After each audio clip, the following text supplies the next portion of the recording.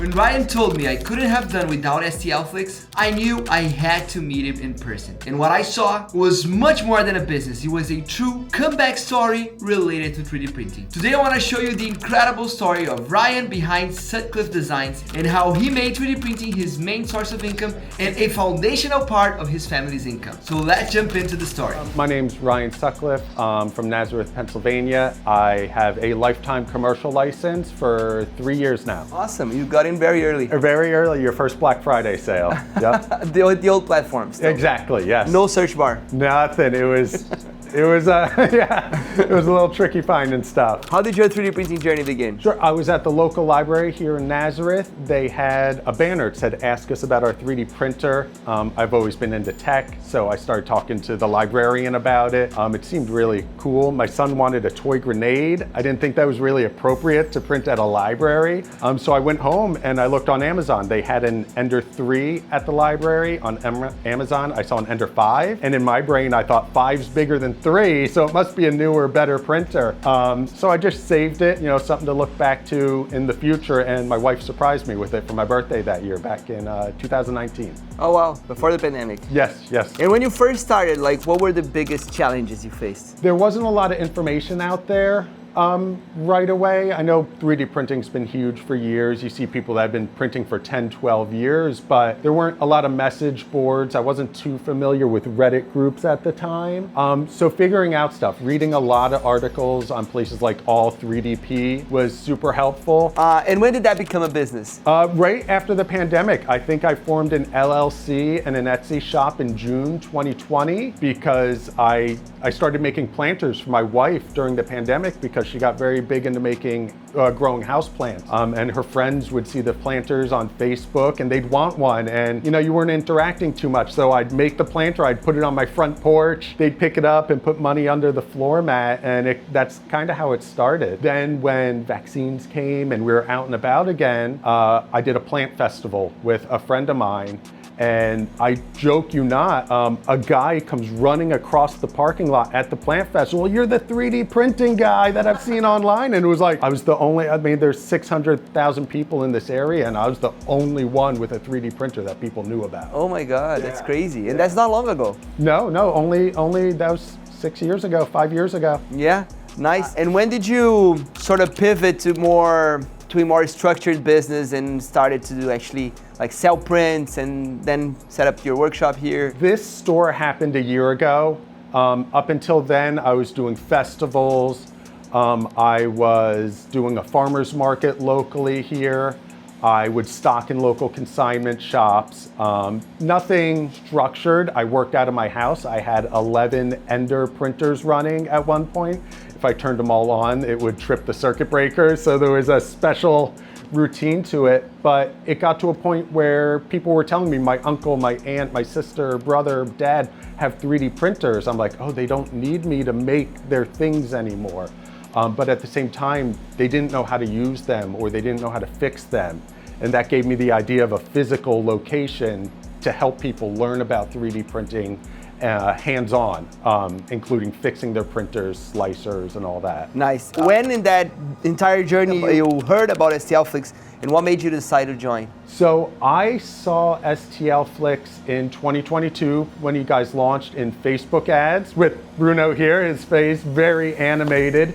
And I was skeptical at first, 3D printing. You weren't sure where you could get your models and be allowed to sell them. And you heard, of people selling bundles of other people's models. And I was hesitant. Then when I read more into you guys, I saw your listings on My Mini Factory. I saw listings, I believe, on Colt. I'm like, okay, this is real. These guys are making real nice models. And I think it was Bordeaux, the octopus, that caught my eye. I'm like, I gotta get in on this. It was getting into the holiday season. You guys were running a Black Friday special. I'm like, I'm gonna do it, I'm gonna commit. And were you already selling 3D prints back then, at this moment? I was. For about 3 years, I was selling 3D prints. And now a tricky question. What was the first STLFLIX print you sold? Bordeaux. It was a special order. That's part of the reason I signed up. One of my fans on Facebook saw and said, hey, can you make this? And I'm like, definitely, I can do that.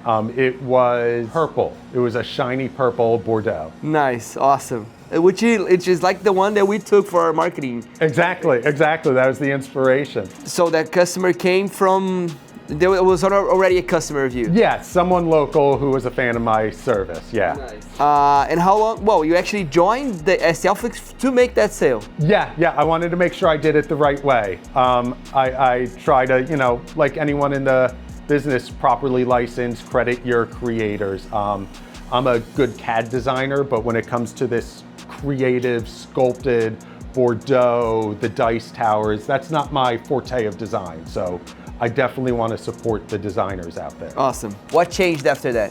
It opened up my world. It gave me access to a large library of great prints, good quality. To this day, 3 years later, the Hermit Crab is still one of my more popular prints. Oh yeah? People buy multiples of them so they can mix and match the shells in different crab colors. Yeah, it just expanded my library of what I can offer people. Awesome. Where do most of your sales come from today? Like fairs, marketplace, online store? My store here, I do a lot of sales. I do a farmer's market every weekend.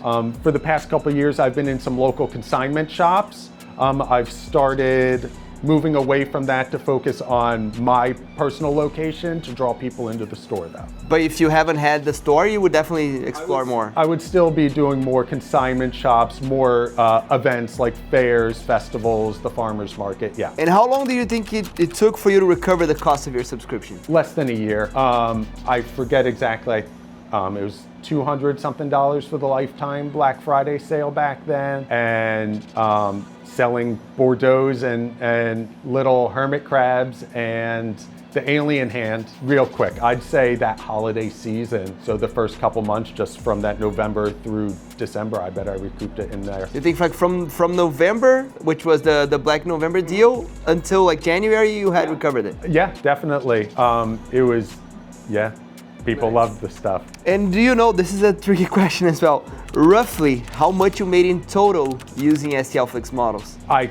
Thousands. I couldn't put a pin in it, but thousands.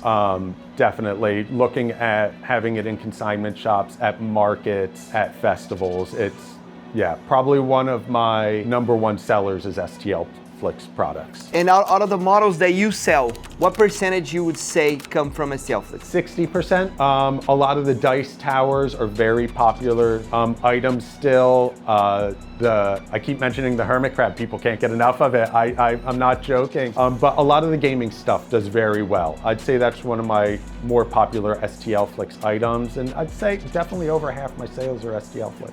Cool. Yeah, you mentioned a few times, but which one are your best sellers? The Hermit Crab, the Alien, specifically the 6-finger Alien controller, the Guardian of the Dice, I believe it's called. It's the large dragon with the wings.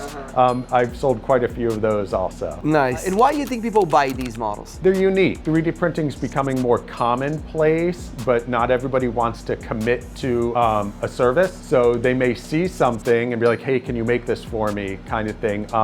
Because it's not something you always see in a store. You might see some neat little dice rollers in a store, but to have something big and dynamic and interactive in the way some of them fold up or throw the dice, it just gives a really cool, unique feel to it. All right, so now it's more of a question for you to reflect.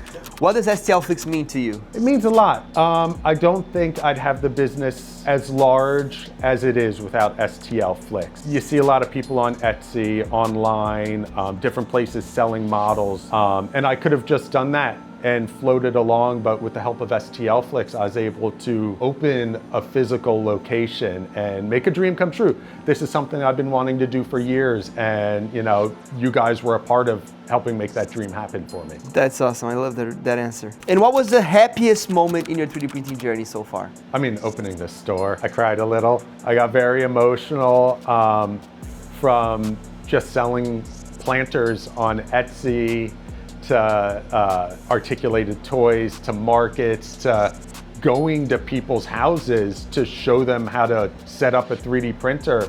It's been a heck of a journey, and being able to cut the ribbon on a store with my name on the window it's the best. That's so cool.